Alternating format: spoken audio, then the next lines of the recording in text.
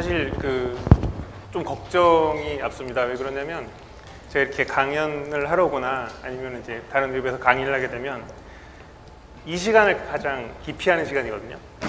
점심 드시고 오셔서 졸리기도 하고요. 주무실 기회를 드려도 주무시지 않더라고요. 네, 그러면 이제 오시면 이제 따뜻하고 그러니까 굉장히 이제 집중력이 흐트러지는 시간이라 좀 캐주얼하게 준비했습니다. 지금 제 복장처럼 굉장히 빨리빨리 PT도 넘어갈 거고요. 지금 제가 준비한 파워포인트가 한 60장 이상 되고요. 그래서 굉장히 빠른 속도로 진행이 될 거니까요. 좀 잘 들어주셨으면 좋겠습니다. 저희 오늘 아침에 커피 이벤트를 했는데 잘 드셨는지 모르겠네요. 제가 이번 세션을 준비하면서 좀 고민했던 게 뭐냐면 어떻게 졸리신 상황에서 더군다나 둘째 날 점심을 드시고 오셔서 좀 관심 있게 들으실 수 있을까? 커피 한 잔을 이제 편하게 드시는 것처럼 이렇게 좀 캐주얼하게 준비해보자라고 해서 준비를 했고요. 제목에서 보시는 것처럼 주제는 휴가입니다.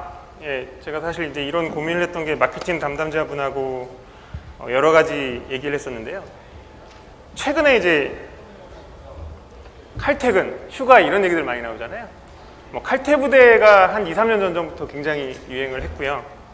그래서 어떻게 하면 칼퇴근을 할 수 있을까 이제 고민을 하기 시작했는데요, 사람들이.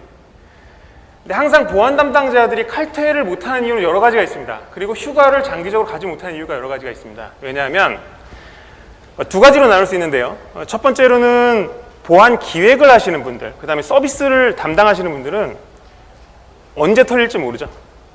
보안 위협이 언제 생겨서 언제 공격을 당할지 모르기 때문에 휴가를 못 가시고요. 보통 이제 오퍼레이션을 담당하시는 분들은 너무 오퍼레이션 할 일이 많아요. 보통 시큐리티가 모든 걸 장악하고 있는 경우가 굉장히 작기 때문에 유관부서에 협조를 구해야 됩니다. 그럼 내가 어떤 보안 위협이 들어왔다라고 하면 네트워크 부서에 협조를 요청해야 되고요. 서버 부서에 협조를 요청해야 되고요. 그래서 그 보안 위협을 완전히 제거하는 데까지 굉장히 오랜 시간이 걸립니다. 그래서 칼퇴를 못하게 되는 거죠. 저도 그냥 제가 오퍼레이터라면 그냥 퇴근하고 싶은데요. 퇴근을 못하는 이유는 지금 보시는 것처럼 누가 해커가 들어서 언제 제 정보를 가져갈지 모르기 때문이죠. 이런 부분을 저희가 막아야 되잖아요. 그러면 휴가도 가고 칼퇴도 할 수 있는데 보안 위협을 어떻게 지킬 것이냐에 대해서 간단하게 설명드리겠습니다. 사실 이제 이번 강의를 좀 준비하면서 아이색 쪽에서 가능하면 솔루션 소개보다는 보안의 트렌드나 이런 것들을 좀 주로 말씀해달라고 하시더라고요. 그래서 그런 부분을 주로 넣었고요. 하지만 저도 포티넷 코리아에 속한 직원이다 보니 저희 솔루션을 소개할 수밖에 없습니다. 제가 지금 설명드리는 최근에 이런 보안 트렌드에 대해서 저희 솔루션이 굉장히 만족하는 솔루션이고요. 그 부분에 대해서 뒤에서 다시 한번 설명드리겠습니다. 보안뉴스의 설문조사를 봤습니다. 실제로 저희 홈페이지, 보안뉴스 홈페이지 가시면 이 설문조사가 떠 있어요, 아직. 저도 이걸 보고 참 안타까운 생각이 많이 들었는데, 보안 전문가 2명 중에서 1명은 주말에도 일한답니다. 물론 이제 관제하시는 분들을 포함해서 오퍼레이션 하시는 분들이 자리를 떠날 수 없기 때문에 보통 이제 이런 경우가 많은데요. 아까 설명드린 것처럼 기획을 담당하시거나 직접 오퍼레이션을 하시지 않더라도 보안 위협이 워낙 최근에 많은 위협들이 있기 때문에 제대로 자리를 뜨지 못하시는 경우가 굉장히 많습니다. 제가 사실 이제 이런 고민을 하기 시작한 게 저도 얼마 안 됐습니다. 저도 사실 지금 회사 오기 전까지는 운영을 담당을 했었고요. 인프라의 전체 기획과 운영을 담당을 했었습니다. 그때까지만 해도 사실은 제가 휴식이라는 거에 대해서 잘 중요하게 생각을 못 했었는데요. 제가 업계 최초로 남자 육아휴직러로 첫 번째 육아휴직을 받았습니다. 남자 육아휴직을 받아서 실제로 6개월 동안 쉬고 왔고요. 휴식을 취하고 난 다음에 제 인생이 굉장히 많이 달라졌어요. 기존에 보던 이렇게 뭔가 오퍼레이션해서 뭔가 찾으려고 하는 이런 노력에서 지금은 약간 기획적인 부분이나 아니면 전체적인 아키텍처 관점에서 뭔가를 해결하는 방법 쪽으로 생각을 많이 바꾸게 되더라고요. 지금 이제 많이 보셨을 거예요. 키사의 경보 단계들이 있죠. 보통 이제 1단계부터 5단계까지인데 다 알고 계실 겁니다. 근데 이 기사를 보고 참 안타까운 생각이 많이 들었어요. 이게 저희가 처한 현실이에요. 1년째 경보 상태입니다. 네. 사실은 정상적인 상태라고 보통 얘기를 하는 건 정상 단계는 1번 단계 정상이죠. 근데 지금 1년 넘게 관심 단계고요. 그냥 관심 단계에서 끝나는 게 아니라 지금 3단계까지 왔다 갔다 하고 있는 거죠. 2단계, 3단계가. 근데 이게 1년 계속 지속된다는 얘기는 지금 논의들이 많이 이루어지고 있는데요. 의견들이. 과연 2단계를 경보 단계로 봐야 되는 거냐라는 얘기가 나올 정도까지 됐어요, 이제. 그 얘기는 뭐냐면 너무 위협들이 산재해 있다는 얘기입니다. 내가 잠시라도 자리를 비우면 언제 해커들이 저희한테 침입할 줄 모른다는 얘기죠. 이런 환경에서 어떻게 자리를 비울까라는 이제 고민을 하기 시작하는 겁니다. 사실은 이제 이런 얘기들이 여러 벤더들의 마케팅 활동이나 그 메시지로 얘기가 되고 있습니다. 뭐 새로운 위협에 대해서 몇 분 만에 시그니처가 만들어집니다. 이런 식으로 이제 초단위, 분단위로 이제는 얘기가 되고 있죠. 근데 제가 지금 발표드릴 내용, 그 다음에 권고드릴 내용은 단순히 시그니처 하나만 대처하는 게 우리가 보안 위협을 대처하는 전체냐? 라는 데 의문을 던지는 겁니다. 그러니까 예를 들면 실제로 뭐 어떤 보안 위협이 생겼을 때 조치를 취하기 위해서 굉장히 많은 단계를 거치게 됩니다. 예를 들면 내가 이게 보안 위협이야 라고 판단을 하면 내가 혼자 보안 오퍼레이터 혼자 조치할 수가 없어요. 예를 들면 네트워크를 끊어야 된다고 하면 네트워크팀이 요청을 해야 되죠. 그럼 네트워크 오퍼레이터가 찾습니다. 몇 번 포트에 붙어 있나, 몇 번 IP가 몇 번 포트에 붙어 있는지 찾죠.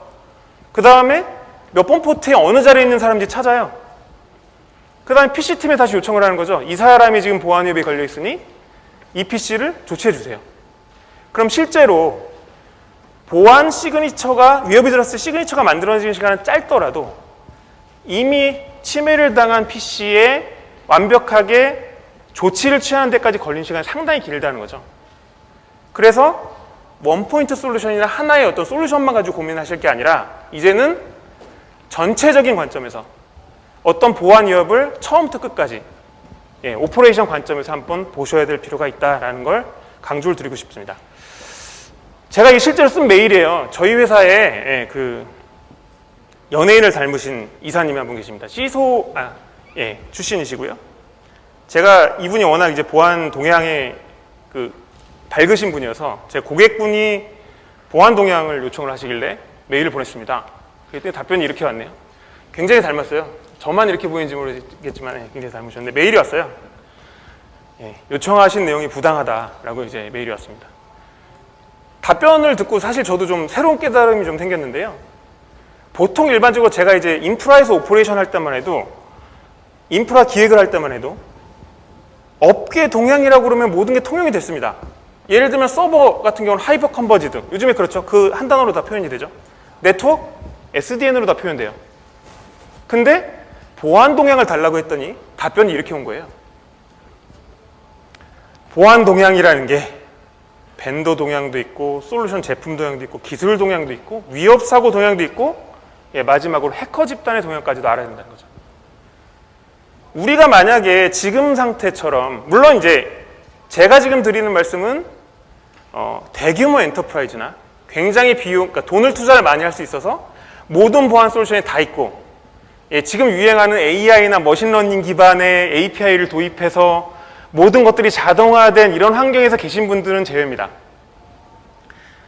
지금 일반적인 엔터프라이즈, 중소규모 정도의 엔터프라이즈나 기관들에서 과연 이런 정보를 다 쫓아가시는 분들이 몇 분이나 계실까 이제 의문이 드는 거죠.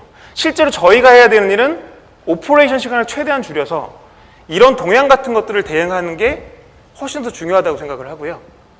그래서 이런 부분들에 대해서 저희가 이제 이런 상태라는 거죠. 사실은 안 파고 있어서 그런 거지 우리가 해야 될 일이 너무 많은 겁니다. 해커 동향까지 다 뒤져봐야 돼요. 최근엔 저는 이제 페이스북을 많이 하는데 페이스북을 뭐 좋아요 뭐 이런 거 누르려고 하는 게 아니고 업계 동향이 최근에는 다 페이스북에 올라오더라고요. 예전에 이제 네이버 카페나 다음 카페에 많이 올라왔잖아요. 근데 요즘엔 전부 다 모든 정보가 지금 페이스북에 모여 있습니다. 페이스북하고 그 트위터를 통해서 제가 보안 정보를 받고 있는데요. 거의 한 5분에서 10분마다 한 번씩 알람이 올라와요. 그 정도로 정보가 많이 필요하다는 거죠. 그럼 어떻게 이렇게 산적한 일들을 저희가 해결할 수 있을까? 좀 고민을 해봤습니다. 사실 좀 근본적인 고민부터 많이 다시 시작을 했고요. 우리가 싸워야 될 대상들이 있는데요. 대표적으로 해커들이랑 싸워야 되죠.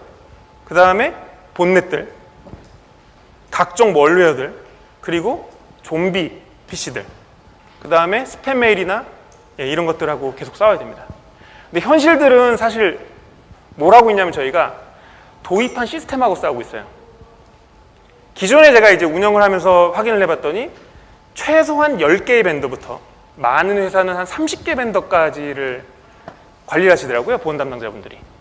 그럴 수밖에 없죠. 보안이라는 게 물론 네트워크 보안도 있죠. 개발자들의 코드가 제대로 시큐어 코딩을 했는지 확인도 하셔야 되죠. 시스템 보안도 있죠. 이런 것들을 다 확인하고 PC에 있는 에이전트까지 다 확인을 하다 보니까 실제로 다루셔야 되는 시스템이 10개 이상이라는 겁니다. 통계들이랑 싸워야 됩니다. 통계가 한 군데 모아지는 게 아니죠. 그러다 보면 각각 시스템마다 통계를 보셔야 되고요. 로그랑 또 싸워야 돼요. 그 다음에 가장 많이 싸우시는 회사에 있는 담당자분들하고 실무랑 싸우셔야 되죠. 그러니까 사실은 저희가 싸워야 될 대상은 해커인데 그 다음에 새로운 업계 동향, 새로운 악성 코드들인데 그런 것들이랑 싸우는 게 아니라 전혀 나를 도움을 주기 위해서 도입한 시스템들, 도와줘야 될 사람들이 싸움의 대상이 되고 있다는 겁니다. 제가 이번 그 세션에서는 마법의 단어를 사용하지 않겠습니다. 대부분 제 다른 세션들 최근에 가보시면 이제 마케팅 때문에 마치 AI나 머신러닝만 도입하면 뭔가 사실 실체가 없는 경우도 많고요. 실체가 있더라도 당장 도입하기 어려운 경우들이 많습니다. 실제로 뭐 API를 이용해서 머신러닝을 이용해서 뭔가 이제 한다든지 아니면 실제로 머신러닝이나 AI가 많이 쓰이는 부분은 새로운 악성 코드들을 발견할 때 많이 쓰거든요. 물론 저희도 포티가드라는 랩 그 센터에서 새로운 악성 코드들 시그니처를 만들어낼 때 머신러닝을 사용을 합니다. 이런 것들이 사실 저희랑 피부에 와닿을 정도의 솔루션들이 있는 상태는 많이 없죠. 현재는. 이 마법의 단어라는 것만 사용하면 예전에 모든 게 통용이 됐어요. 보고서 올릴 때 윗분들이 사실 이런 단어는 다 아시잖아요. IoT 이래서 올리면은 보고서 통과되죠. 최근에는 AI, 머신러닝 이런 마법의 단어고요. 뭐 SDN, 빅데이터, 클라우드 컴퓨팅 이런 것들이 마법의 단어였습니다. 저는 이제 오늘 이런 내용들에 대해서 다루는 건 아닙니다. 현실과 실제의 괴리감에 대해서 좀 다루려고 그래요. 좋은 용어들 많고 좋은 기술들 많습니다. 근데 실제로 우리가 오퍼레이션을 하고 기획을 하고 운영하면서 이런 것들이 피부에 와닿게 적용이 되느냐에 대한 의문점을 제가 항상 가졌고요. 지금 제품을 판매하는 입장에서도 항상 그런 고민을 하고 있어요. 그러니까 제가 아무래도 운영자 입장이었고 기획하는 입장이다 보니까 저희가 솔루션을 아무리 도입하더라도 굉장히 차갑게 봅니다. 이게 과연 실제 도입했을 때 관리자분들한테 도움이 될까? 그런 관점에서 이제 좀 다루겠습니다. 최근에 IT 환경이 굉장히 변화가 많아요. 보안 다루시는 분들이 너무 지금 제가 생각하기엔 너무 이렇게 뭐라 그럴까 불쌍하다고 표현하기 좀 애매한데요. 너무 힘드실 것 같아요. 저도 지금 힘들고요. 왜 그러냐면 일반적으로 보안이 변화되는 요인이 내부에서 변화되는 경우랑 외부에서 영향해서 변화되는 경우가 있는데 지금은 두 개가 다 공존하고 있습니다. 그러니까 새로운 공격 방법이 나오면서 변화가 일어나고 있고요. 사실 더 힘든 거는 후자인데요. IT 인프라가 너무 급격하게 변하고 있어요. 최근에 SDN, IoT 이런 것들 때문에 네트워크 인프라가 계속 변하고 있고요. 그 다음에 서버 인프라들, 클라우드 컴퓨팅에 나오면서 거기에 쫓아가셔야 되는 상황이 됐습니다. 기본적으로 보안이 움직이는 방향은 인프라가 변하면 거기에 대한 보안이 고려가 되고요. 그 보안이 고려된 기술들이 인프라에 수용이 되면서 두 가지입니다. 수용하는 방법이 두 가지인데요. 하나는 빅데이터가 나오면 빅데이터를 어떻게 보안할 건지 고민하셔야 되는 새로운 숙제가 하나 만들어지고요. 하나는 빅데이터를 이용해서 보안을 어떻게 향상시킬 건지 고민을 하시게 되는 거죠. 근데 지금은 이런 인프라 변화가 워낙 크기 때문에 보안 인프라 기술 수용하는 것도 굉장히 벅찬 상황이 되어 있습니다. 가트너가 10대 기술을 계속 발표를 하죠. 그 중에서 최근에 참 없던 일이 생겼어요. 지금 이제 파란색들은 클라우드 컴퓨팅, IoT는 초록색 이렇게 표현했는데요. 이거 빨간색을 좀 중점적으로 보시면 좋을 것 같습니다. 보안에 대한 내용이 작년부터, 2015년부터 나오기 시작했어요. 그래서 2016년에 이게 좀 어떻게 보면 좀 확실해졌는데요. 능동형 보안 아키텍처라고 합니다. 아답티브 시큐리티 아키텍처라고 얘기를 하죠. 이제 보안이 기존에 있었던 대로 정적으로 있으면 안 된다라는 의미입니다. 사실 이것도 두 가지 의미가 있는데요. 기존에 있던 인프라들이 굉장히 빨리 변함에 따라서 보안도 같이 변해줘야 된다, 능동적으로. 이런 의미도 있고요. 그 다음에 보안이 선제적으로 순회할 수 있게, 그러니까 대응하는 것들을 자동화시키거나 유기적으로 대응할 수 있게 만들어주는 게 목표입니다. 이런 어댑티브 시큐리티 아키텍처를 위해서 여러 가지 조건들이 있어요. 뭐 5가지 조건을 얘기를 하는데요. 뭐 클라이언트에는 뭐 어떤 게 있어야 되고 이렇게 얘기를 하는데, 조금 추려서 현실적으로 설명드리면 이렇습니다. 보안사고 대응을 위해서 가시성이 좀 높아져야 된다.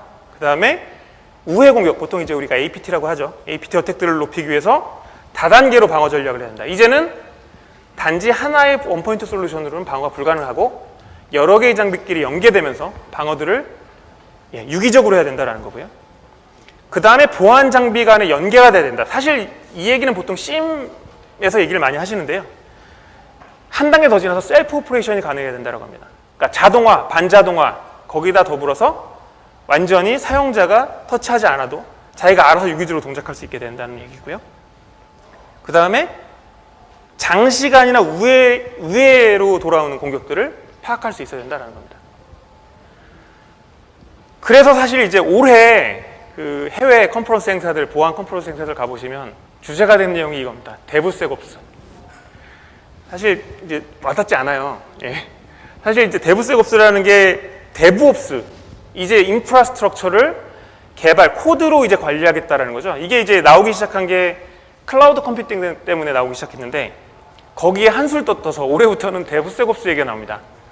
데브세옵스가 뭐냐면 코드로 이제 인프라만 관리하는 게 아니라 보안도 자동화시켜서 관리하겠다는 거죠. 이 개념이 실제로 국내에서도 쓰이고 있고요. 특히 이제 미국들, IT 선진국들에서 많이 사용이 되고 있는 상황입니다. 이제 국내 같은 경우는 대형 통신사나 아니면 대형 어디라고 그래야 되나요?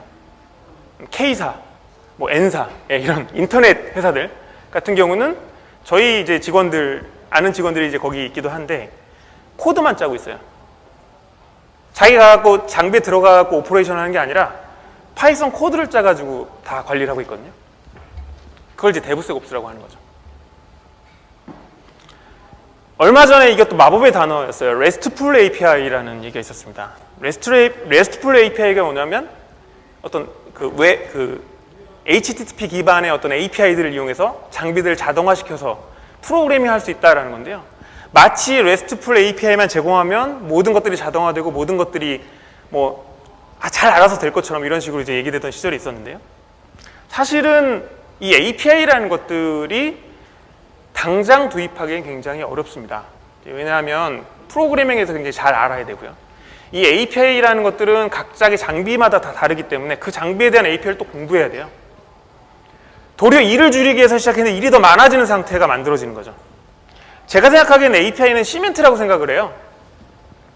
시멘트라는 건 무슨 얘기냐면 접착제라는 얘기입니다. 우리가 건물을 지을 때 시멘트만 갖고 짓지 못하죠. 철근, 철골 구조가 있어야 되고 거기에 연결시키는 접착제로 시멘트를 사용합니다. API는 사실 접착제로만 사용을 해야지 근본적으로 내가 개발을 해서 뭔가 자동화시키겠다라고 생각을 하시면 굉장히 어려운 상황에 놓이실 수 있습니다. 그래서 이제 추천하는 게 뭐냐면 표준 프로토콜들하고 RESTful API를 적절하게 연동해서 사용하시는 거 권고를 드리고요. 이런 RESTful API들을 이용해서 자동화를 하게 되는데요. 자동화를 하면 좋겠다고 생각하시는 것 중에 하나가 일이 줄어서, 사람이 줄어들어서라고 생각하시는데 사실은 그것보다는 핵심은 휴먼 에러를 줄이기 위해서입니다. 제가 이 회사 있기 전에 사실 이제 오퍼레이션을 하면서 굉장히 큰 장애가 있었는데 그 장애가 다 뭐였냐면 방화벽 유지보수하는 회사에서 중국 IP를 넣다가 장애를 2번이나 크게 냈습니다. 전체 이커머스 사이트가 멈췄어요. 휴먼 에러라는 거죠. 왜 칼퇴근해야 되느냐, 오퍼레이터가 왜 칼퇴근해야 되냐면 휴먼 에러 줄이기 위해서 그래요. 실제로 우리가 다른 에러보다 휴먼 에러가 훨씬 더 파급력이 큽니다. 그래서 오토메이션이 필요하고요. 제가 여기서 말씀드리고 싶은 거는 오토메이션이라는 얘기가 뜬구름 잡는 얘기이기 때문에 현재 상태에서는 이것들을 실제로 적용하실 수 있는 분들이 많지 않기 때문에 자동화보다는 오퍼레이션 단순화를 먼저 고려를 해주셔야 됩니다.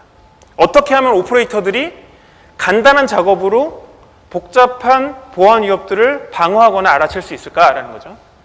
그래서 지금부터 이제 고민해 주셔야 될 것들은 단일 장비에 대한 원포인트 솔루션이 아니라 전체적인 아키텍처를 좀 고민해 주셔야 되고요.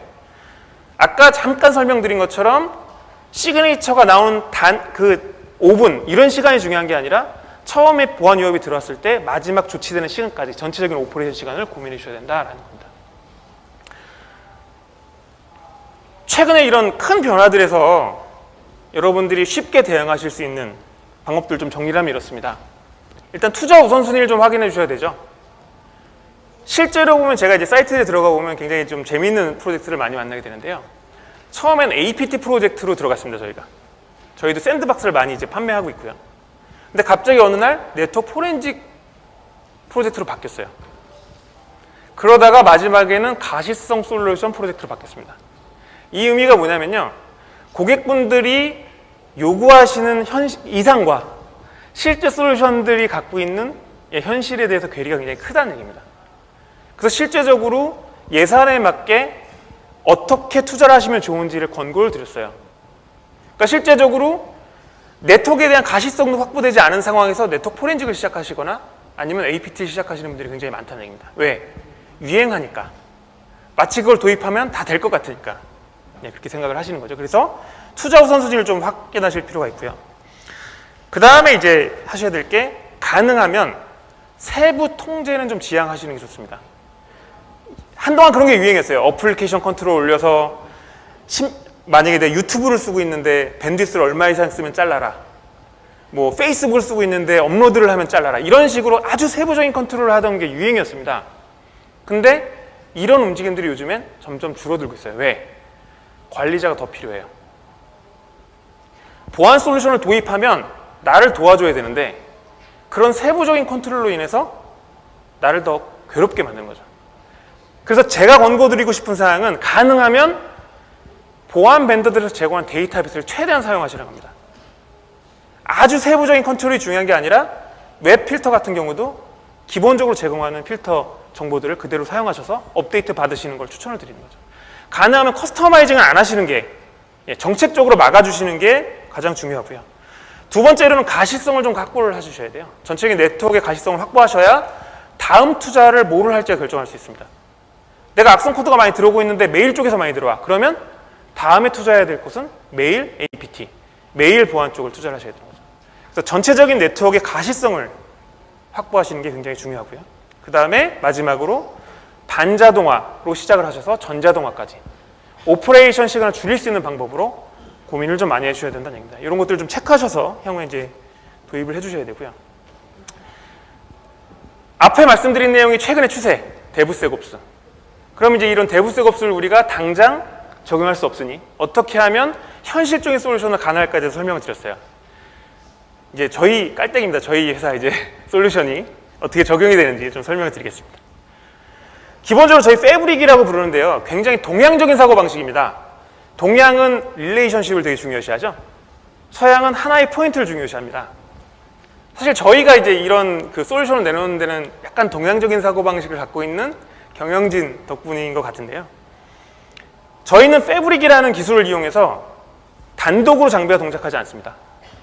저희가 포티게이트라고 하는 NGFW 방화벽을 중심으로 해서 그 옆에 있는 웹 방화벽, 그 다음에 애널라이저, 로그 분석기, APT 솔루션, 클라이언트, 그 다음에 메일 솔루션이 한꺼번에 연동돼서 동작하게 되어 있습니다. 자, 위에서 앞에 설명드린 걸 다시 리마인드 하겠습니다. 어댑티브 시큐리티 아키텍처, 계속 변화하는 인프라들을 대응하기 위해서 우리가 어떤 솔루션을 그러니까 도입하고 정리를 해야 된다고 말씀드렸냐면 가시성을 높여야 되고 다단계 방어 전략을 해야 되고 서로 정보를 교환한 다음에 셀프 오퍼레이션이 가능해야 된다.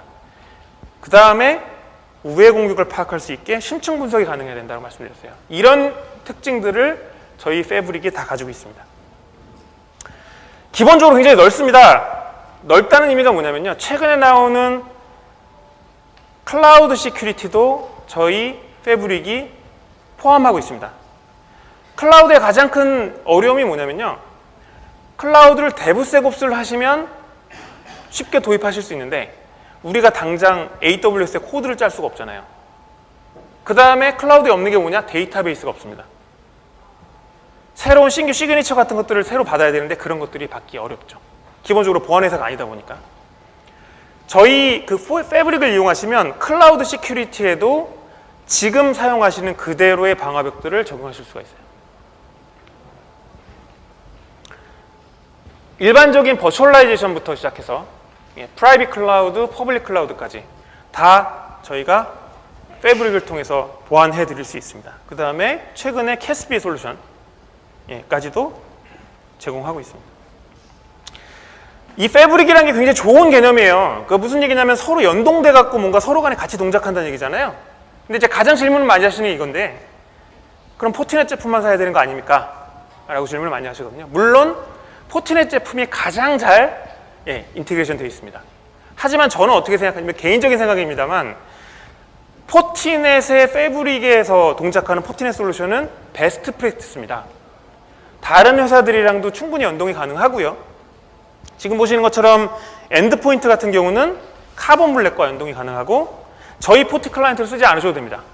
카본 블랙을 쓰셔도 되고요. 뭐 노조미, 아티보, 그 다음에 여긴 나와 있지 않지만 최근에 시멘텍 엔드포인트 클라이언트와 함께 연동돼서 동작할 수 있게 기능들이 제공이 되고 있고요. 그 다음에 뭐 SDN 솔루션들 많이 있고 매니지먼트 심 여러 가지 솔루션들이 한꺼번에 연동돼서 동작할 수가 있습니다. 그러면서도 동시에 성능도 굉장히 좋고요. 그리고 오토메이션 기능을 고려했습니다. 이게 무조건 이제 오토메이션이 처음부터까지 다 자동화된다는 얘기가 아니라 아까 설명드린 것처럼 현실적으로 오퍼레이터들이 조치할 수 있는 시간을 줄여주는 걸로 초점을 잡고 있고요. 실제로 저희 심과 연동을 하면 이런 것들을 충분히 오토메이션 하실 수 있습니다. 거기에 API로 간단하게 프로그래밍 하시면 자동화 하시는데 큰 무리가 없게 되는 거죠. 저희가 굉장히 솔루션이 많아요. 예전에는 한동안 30개 가까이 프로덕트를 만들었습니다. 사실 그때는 저는 개인적으로 불만이 많았어요. 아니 왜 많이 팔리지도 않은 솔루션을 많이 만들어? 그땐 제가 이런 패브릭에 대한 개념을 몰랐을 텐데요. 이 패브릭이 나오기 시작하면서 아 저희 경영직이나 프로덕트 만드시는 분들이 이런 것까지 고려했구나라고 감탄을 했습니다. 장비들이 단독으로 동작을 하는 게 아니라 포티 게이트, 방화벽하고 웹방화벽, 그 다음에 디도스 장비, 샌드박스 이런 것들이 다 한꺼번에 연동되어서 동작을 한다는 거죠. 지금 보시는 것처럼 샌드박스도 포티 게이트와 연동돼서 포티 웹과 연동돼서 동작합니다. 보통 포인트 솔루션을 구매를 하시면 샌드박스 따로 구매하시고 방화벽 따로 구매하시고 웹방화벽 따로 구매하시거든요. 그러면 어떤 위협이 들어왔을 때 만약 심이 없어서 연계 정보를 못 보신다고 하면 일일이 로그를 확인하셔야 돼요. 샌드박스에서 새로운 위협이 들어왔어. 그럼 그 시간 보고 클라이언트 IP 온 다음에 방화벽 들어가서 서치합니다. 쿼리문 날려야 돼요. 그래서 이 세션이 그 세션이 맞는지 확인해야 되죠. 그 다음에 클라이언트 그 프로세스가 맞는지 확인해야 돼요. 실제로 조치되는 시간이 굉장히 길다는 얘기예요. 근데 저희 같은 경우는 포티 게이트를 통해서 모든 것들이 트래픽이 왔다 갔다 하기 때문에 포티 게이트 화면에서 샌드박스 정보를 보실 수가 있어요. 그래서 포티 클라이언트, 게이트, 메일, 웹, 그 다음에 기타 파트너들과 패브릭으로 연동이 되어서 한 화면에서 위협 정보들을 쉽게 확인하실 수 있다는 얘기고요. 굉장히 넓게 많은 솔루션들을 제공을 하고 있습니다. 사실은 이제 이런 기능만 있다고 해서 뭐 모든 보안이 막아지는 건 아닌데요. 저희가 항상 자랑하는 이제 포티 가드에 대한 내용을 잠깐 말씀을 드리면 사실은 이제 저희가 포티 가드에 대해서 자랑하기 시작한 게 오래되지 않았습니다. 왜 그러냐면요. 이 그림에서 좀 확인하실 수 있을 텐데요.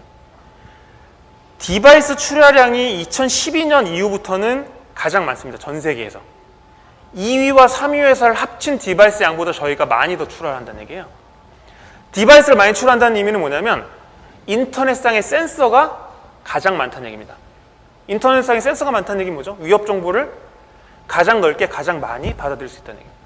이제 이러다 보니까 최근에 한 2, 3년간은 저희가 모아드리는 데이터베이스 양이 기하급수적으로 늘어나고 있어요. 그래서 위협 정보도 다른 회사에 비해서 훨씬 더 빨리 더 많이 습득할 수 있게 됐습니다. 굉장히 데이터베이스가 많습니다. 대표적으로 말씀드릴 수 있는 게 이 가장 많이 쓰시는 게 본넷 사이트죠. CNC 서버랑 통신하는 것들을 막는 게 지금 현재 한 5만 개 정도 되고요. 그 다음에 이 CNC 서버를 IP가 아니라 URL로 막는 것들이 있는데 그것도 한 6만 개 정도 되고요. 그 다음에 그것뿐만이 아니라 웹 필터 같은 경우는 실시간으로 업데이트를 하기 때문에 뭐 거의 뭐 초 단위로, 분 단위로 업데이트가 되고 있고요. 그 다음에 어플리케이션 컨트롤, 그 다음에 IPS 같은 정보들을 굉장히 빨리 받아보실 수가 있습니다. 네, 저희 회사 얘기고요. 지금 굉장히 많이 발전하고 있습니다. 아까 말씀드린 것처럼 디바이스 출하량이 세계 최고이기 때문에 관련된 정보들도 굉장히 빨리 알 수 있는 거죠. 조금 더 본격적으로 말씀드릴게요. 아까 설명드린 것처럼 한 화면에서 모든 것들을 관리할 수 있습니다. 심지어는 스위치, AP까지도 한 화면에서 관리하실 수가 있어요. 지금 보시는 게 저희 시큐리티 패브릭 화면입니다. 여기 포티 게이트부터 연결된 화면들이 이렇게 나오고요. 밑에 있는 클라이언트들의 정보들이 나오죠. 이 버블이 뭐냐면 트래픽 양이에요. 트래픽 양이 많으면 버블이 크고 트래픽 양이 작으면 버블이 작습니다. 이런 걸 취약점 정보를 바꿔서 보실 수도 있고요. 그 다음에 격리까지 한 화면에 됩니다. 자, 지금 보시는 것처럼 여기는 이제 애플 클라이언트를 봤더니 뭔가 문제가 있어요. 그래서 거기서 드릴 다운 버튼을 누릅니다. 드릴 다운 버튼을 누르고 쿼런틴까지 해버리시면 격리까지 한 화면에서 2번 클릭으로 끝나는 거죠. 이 화면은 제가 비디오로 다시 한번 보여드리겠습니다. 사용자에 대한 정보들을 보실 수 있는데요. 사용자들의 PC 정보, 그 다음에 소셜 아이디 정보, 트래픽 정보 이런 것들을 확인하실 수 있는 거죠. 포티게이트 한 화면에서 다 확인이 가능하신 거고요. 그 다음에 단말 취약점에 대한 정보까지도 확인하실 수가 있습니다. 지금 보신 화면이 다 포티게이트의 방화벽 화면에서 모든 것들을 확인하시는 화면이고요. 클라이언트를 이용하시면 컴플라이언스 확인하실 수 있습니다. 예를 들면 뭐 낙의 기능 중에 일부인데요. 특정 어플리케이션이 동작하지 않으면 네트워크에 접속하지 말아라, 이런 기능들을 사용하실 수 있습니다.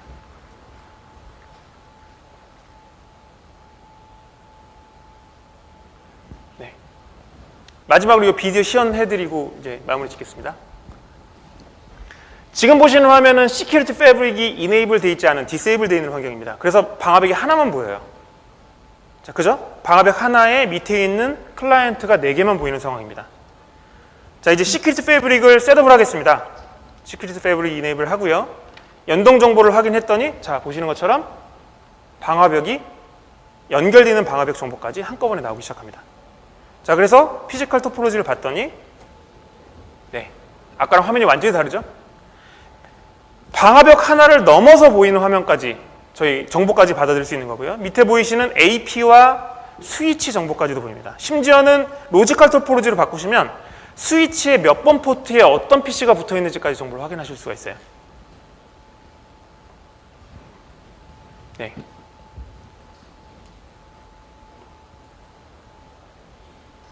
스위치 정보를 봤더니 스위치가 어떤 OS를 쓰고 있는지 정보까지 나오고요. 자, 이제 트래픽 정보를 봤더니 밥이라는 분의 랩탑이 있습니다. 클라이언트를 쓰고 계시고요. 첫 번째 플로어 게이트에 연결이 되어 있습니다. 그 다음에 소셜 아이디가 밥 스미스래요. 밥 스미스라는 아이디로 지금 소셜 사이트에 들어가고 계시고요. CF5 랩탑입니다. IP 정보가 나오죠? 그 밑에 취약점 정보가 나옵니다. 포티 게이트 화면에서 클라이언트의 취약점 정보까지 한눈에 확인하실 수 있고요. 위에 트래픽 양을 취약점으로 바꿨습니다. 그럼 이렇게 나오죠. 아까 버블이 큰 게 많다고 그랬죠? 취약점이 가장 큰 게 CF5 랩탑입니다. 보통 윗분들이 취약점이 많으시잖아요.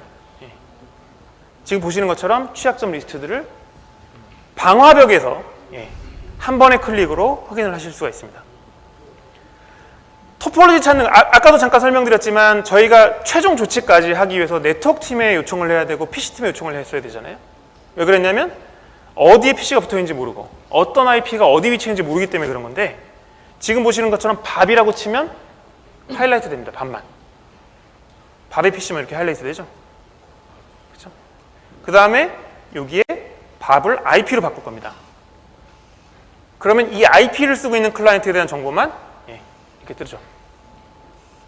클라이언트의 위치, 클라이언트의 취약점, 클라이언트의 트래픽 정보까지도 한 화면에서 확인이 가능하신 거고요. 지금 보시는 것처럼 드릴 다운을 하시면 어떤 정책이 걸려 있는지, 어떤 어플리케이션을 사용하고 있는지까지 상세적으로 분석하실 수가 있습니다. 분석하는 시간이 굉장히 짧아지는 거죠. 이걸 일일이 찾으셔서 쿼리를 하시는 게 아니고요. 드릴 다운 버튼만 누르시면 서치가 되는 거죠.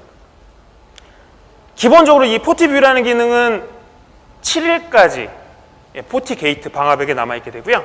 저희 포티 애널라이저라고 부르는 로그 분석기와 연동을 하시면 지금 로그 분석기랑 연동된 화면인데 로그 분석기로 따로 들어가서 보시는 게 아니에요.